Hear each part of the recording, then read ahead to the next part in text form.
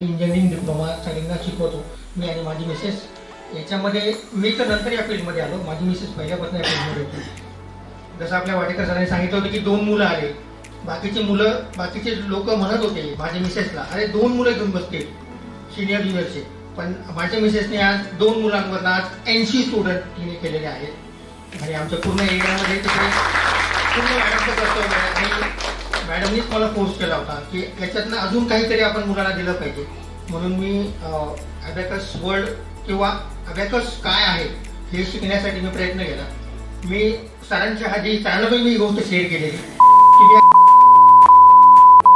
मी वगैरे ज्या कंपन्या आहेत त्या सगळ्यांना फोन केलेले, पण त्यांचा तो बोलण्याचा ॲटिट्यूड त्यांना ते मला चांगलं आठवतंय की मागच्या होळीला धुलिवंदन होतं, मी फोन केलेला सांगलीला, आज सुट्टी म्हणजे फोन केलेला म्हणजे आज सुट्टी आहे, तुम्हाला उद्या फोन करा, मी तुम्हाला उद्या माहिती देते म्हणजे.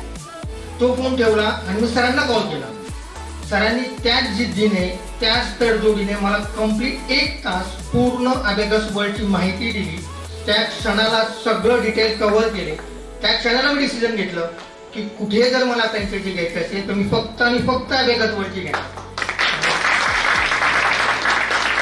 आणि सरांचा इतका पॉझिटिव्ह आणि प्रत्येक गोष्टीत इतका सपोर्ट आहे सरांचा. आता सरांनी सांगितलं त्याचप्रमाणे माझे सुद्धा फीजचे विषय होतात सरांकडे. मी अर्धी दिली, अर्धी थोडा वेळ झाला किंवा बरंच काही, परंतु सरांनी मला कधीच स्वतःहून कॉल बॅक केला नाही की सर असं बाकी आहे किंवा माझं मटेरियल अडवलं नाही, कधीच काही नाही. सर म्हणतात तुम्ही काम करा, पैसे आज आहे उद्या नाही. पण खूप सरांचा सपोर्ट आहे.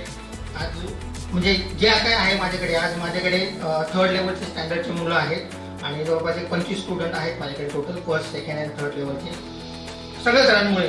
आणि आज मी पण आज जसं सरांनी सांगितलं की 100 माझ्याकडे ऑलरेडी 80 मुलं आहेत, मी ते अजून 100 ते 150 कसे करायचे ते अबॅकसमध्ये त्याचा पुरेपूर प्रयत्न करेन.